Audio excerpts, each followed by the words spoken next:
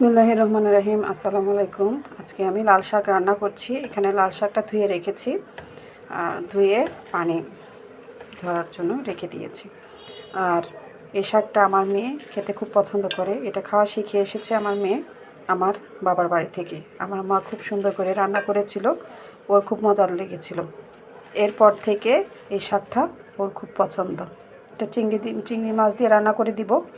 সবাই দেখেন কিভাবে রান্না করি। এখন আমি এখানে দিয়ে দিয়েছি তেলের ভিতরে পেঁয়াজ, হলুদ, মরিচের গুঁড়া, মশলার গুঁড়া। এটাকে একটু পানি দিয়ে ভালো করে কষিয়ে নেব। এরপর এর ভিতরে চিংড়ি মাছ দিয়ে ভালো করে মশলাটাকে কষিয়ে নেব।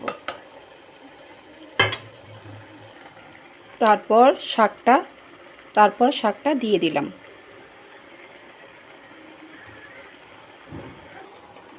শাকের জন্য এখানে কাঁচামরিচ আর রসুন এই দুটোকে একসাথে আমি থেতলে নিয়েছি। কাঁচামরিচগুলোকেও থেতলে নিয়েছি।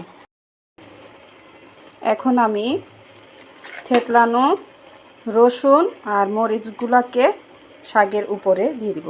শাকটার উপরে সুন্দর করে দিয়ে দিব। এটা আলাদা একটা স্মেল বের হয়ে যাবে শাকের উপরে যখন এই রসুন কুচিটা আর কাঁচামরিচ থেতলানোটা দিয়ে দিলে আলাদা একটা স্মেল বের হয়।